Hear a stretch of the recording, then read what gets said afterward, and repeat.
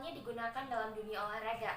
Pada saat itu, kurikulum diartikan sebagai jarak yang harus ditempuh oleh seorang pelari mulai dari start hingga sampai finish untuk memperoleh penghargaan. Dan secara harfiah diketahui istilah kurikulum muncul pertama kali di Skotlandia sekitar tahun 1829. Secara resmi, istilah ini baru dipakai hampir satu abad kemudian di Amerika Serikat. Ada dua hal pokok dalam kurikulum. Yang pertama, adanya mata pelajaran yang harus ditempuh oleh siswa. Dan yang kedua, tujuan utamanya yaitu untuk memperoleh ijazah. Kurikulum memiliki tiga dimensi pengertian, yakni yang pertama, kurikulum sebagai mata pelajaran, yang kedua, kurikulum sebagai pengalaman belajar, dan yang ketiga, kurikulum sebagai perencanaan program pembelajaran. Kurikulum memiliki tiga pengelompokan, yaitu kurikulum ideal, kurikulum aktual, dan kurikulum tersembunyi. Kurikulum ideal adalah kurikulum yang diharapkan dapat dilakukan dan berfungsi sebagai acuan atau pedoman guru dalam proses belajar dan mengajar. Oleh karena itu, kurikulum ideal merupakan pedoman bagi guru, maka kurikulum ini juga dinamakan kurikulum formal atau kurikulum tertulis, written curriculum. Contoh dari kurikulum ideal adalah RPP. Yang kedua adalah kurikulum aktual, yang merupakan kurikulum nyata yang dapat dilaksanakan oleh guru sesuai dengan kondisi yang ada. Kurikulum aktual ini mengimplementasikan dari kurikulum ideal.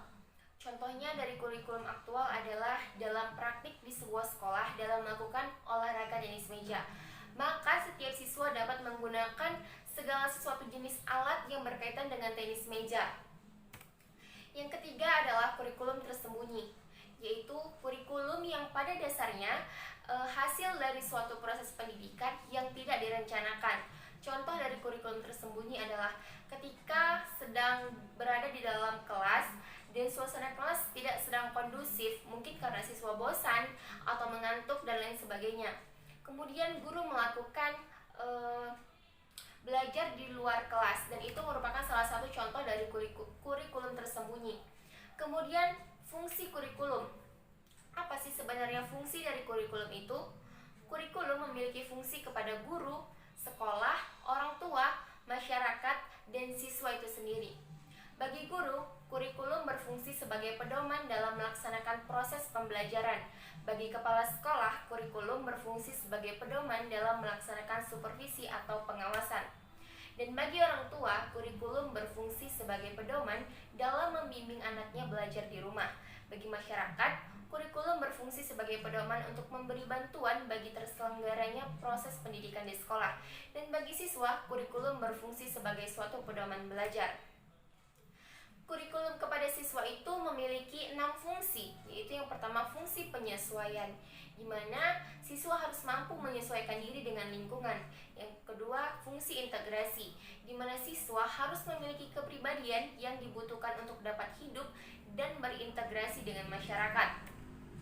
Yang ketiga, fungsi diferensial, di mana alat pendidikan harus mampu memberikan pelayanan terhadap perbedaan individu setiap siswa. Yang keempat, fungsi persiapan, di mana kurikulum harus mampu mempersiapkan siswanya untuk melanjut ke jenjang yang lebih tinggi lagi. Yang kelima, fungsi pemilihan, di mana kurikulum harus mampu memberikan kebebasan kepada siswa dalam memilih program belajar yang sesuai dengan kemampuan dan minat bakatnya. Yang keenam, fungsi diagnostik, mampu membantu dan mengarahkan siswa dapat memahami dan menerima kekuatan dan kelemahan yang dimiliki setiap siswa, sehingga diharapkan dapat mengembangkan potensi yang dimiliki setiap peserta didik. Kemudian peranan kurikulum. Kurikulum tentu memiliki peran yang sangat penting. Peran kurikulum ada 3. Yang pertama, peran konservatif, di mana kebudayaan masyarakat Indonesia masih sangat kental dan sangat dijunjung tinggi. Peran konservatif adalah kurikulum yang memiliki tanggung jawab dalam mewariskan nilai-nilai budaya dalam membina perilaku peserta didik. Yang kedua, peran kreatif. Peran kreatif menekankan bahwa kurikulum harus mampu mengembangkan sesuatu yang baru sesuai dengan perkembangan yang terjadi pada saat ini. Yang ketiga, peranan kritis dan evaluatif. Peranan ini dilatar belakangi oleh adanya kenyataan bahwa nilai-nilai dan budaya yang hidup dalam masyarakat senantiasa mengalami perubahan, sehingga nilai-nilai dan budaya masa lalu perlu disesuaikan dengan kondisi saat ini. Nah, selain peran siswa, ada juga peran guru dalam kurikulum. Peran guru dalam kurikulum memiliki faktor penting dalam mengimplementasikan kurikulum.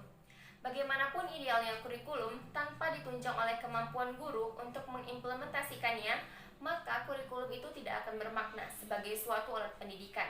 Dan sebaliknya, pembelajaran tanpa kurikulum sebagai pedoman tidak akan efektif. Dengan demikian, peran guru dalam mengimplementasikan kurikulum memegang posisi terpenting. Guru memiliki peran penting dalam mengimplementasikan kurikulum. Ada 4 peran penting guru dalam kurikulum. Yang pertama, sebagai implementer.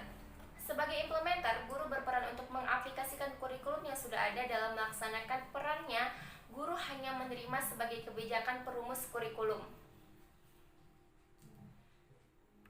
Yang kedua, sebagai adapters.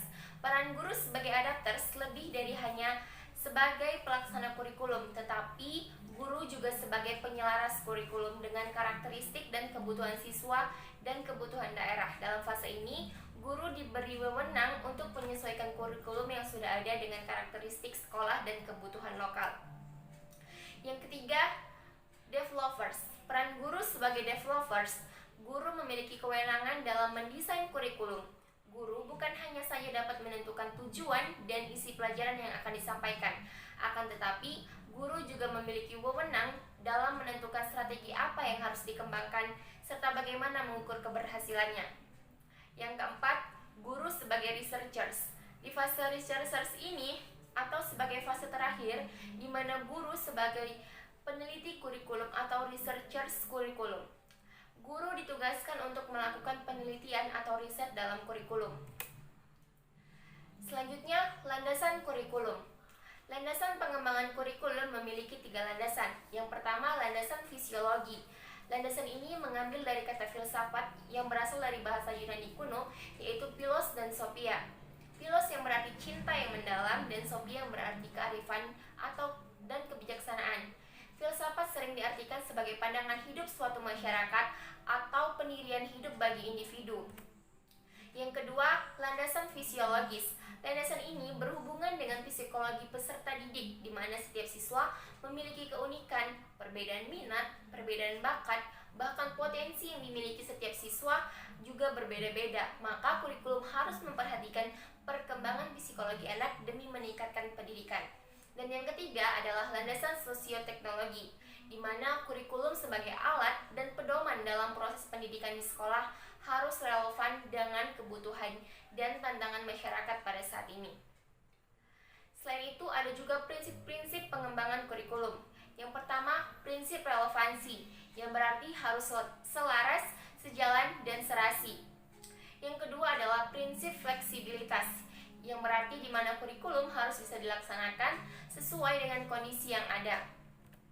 Yang ketiga, prinsip kontinuitas, yang berarti di mana kurikulum harus saling berkaitan dan berkesinambungan antara materi pelajaran pada berbagai jenjang dan jenis program pendidikan. Yang keempat, prinsip efektivitas, yang berarti di mana prinsip efektivitas berkenaan dengan rencana dalam suatu kurikulum dapat dilaksanakan dan dapat dicapai dalam kegiatan belajar mengajar. Yang kelima, prinsip efisiensi, di mana pada prinsip ini dapat meminimalisir waktu yang terbatas serta dapat memperoleh hasil yang maksimal. Nah, sekarang kita membahas sejarah kurikulum yang ada di Indonesia. Ada 3 fase dalam sejarah kurikulum, yaitu yang pertama, fase pra-kemerdekaan, fase pasca kemerdekaan, dan fase era reformasi. Pada fase pra-kemerdekaan, yang pertama pada masa penjajahan Belanda, itu ada sekolah rendah, sekolah menengah, dan sekolah atas. Sekolah rendah terbagi menjadi 2, sekolah kelas 2 untuk pribumi dengan masa pendidikan 3 tahun, dan yang kedua, sekolah kelas 1 untuk anak pegawai Hindia Belanda dengan masa pendidikan 4 tahun, kemudian 5 tahun, dan pada akhirnya 7 tahun. Nah, kemudian sekolah menengah dengan didirikan gimnasium yang pada masa pendidikannya 3 tahun. Setelah itu kemudian berganti menjadi mulo dengan masa pendidikan 4 tahun. Nah, kelas atas, Belanda mendirikan AMS dengan lama pendidikan 3 tahun yang terdiri dari bagian A dan bagian B. Setelah penjajahan Belanda, kemudian Jepang menjajah Indonesia. Pada masa penjajahan Jepang, Jepang mengubah semua sistem sekolah kelas rendah yang dibangun untuk pribumi dengan nama Kokumin Gakko yang masa belajarnya selama 6 tahun. Yang kedua, masa pasca kemerdekaan, di mana memiliki 7 kurikulum. Yang pertama, kurikulum 1947. Kurikulum yang sederhana dan Pancasila ditetapkan sebagai asas pendidikan. Kurikulum sederhana yang berjalan saat itu dikenal dengan istilah Rencana Pelajaran 1947. Kemudian setelah beberapa tahun berganti menjadi kurikulum 1952. Kurikulum ini merupakan penyempurna dari kurikulum 1947 atau kurikulum sebelumnya. Kurikulum ini diberi nama Rencana Pelajaran Terurai 1952, tetapi belum menggunakan istilah kurikulum. Yang ketiga, kurikulum 1964. Pada kurikulum 1964, sistem pendidikan dinamakan Pancawardhana atau sistem 5 aspek perkembangan, yakni perkembangan moral, intelijensi, emosional, artistik, keprigelan, jasmania. Kemudian yang keempat, kurikulum 1968. Kelahiran kurikulum ini bersifat politisi. Kurikulum 1968 lebih ditekankan pada upaya untuk membentuk manusia Pancasila sejati dan menekan pada organisasi pembelajaran. Yang kelima, kurikulum 1975. Kurikulum ini menekankan pada tujuan pendidikan yang lebih efektif dan efisien. Yang keenam, kurikulum 1984. Kurikulum ini lahir sebagai perbaikan dari kurikulum sebelumnya. Pendekatan pembelajarannya menggunakan model pembelajaran CBSA atau cara belajar siswa aktif, yang lebih menekankan guru yang dituntut lebih aktif daripada muridnya, guru yang banyak berperan. Kemudian yang ketujuh, kurikulum 1994. Kurikulum ini merupakan hasil upaya untuk memadukan kurikulum sebelumnya, terutama kurikulum 1975 dan kurikulum 1984. Nah, yang terakhir, yang ketiga, era reformasi. Pada era ini, yang pertama ada kurikulum berbasis kompetensi atau KBK atau 2004. Kurikulum ini menekankan pada ketercapaian kompetensi peserta didik. Kompetensi yang ditekankan KBK ini pengetahuan atau kognitif, nilai atau afektif, dan keterampilan atau psikomotorik. Yang kedua, kurikulum 2006 atau KTSP. Kurikulum 2006 ini dikenal dengan kurikulum tingkat satuan pendidikan atau KTSP. Pada kurikulum ini, pemerintah pusat menetapkan standar kompetensi dan kompetensi dasar, sedangkan sekolah dalam hal ini guru dituntut untuk mampu mengembangkan dalam bentuk silabus dan penilaian sesuatu dengan kondisi sekolah dan daerahnya.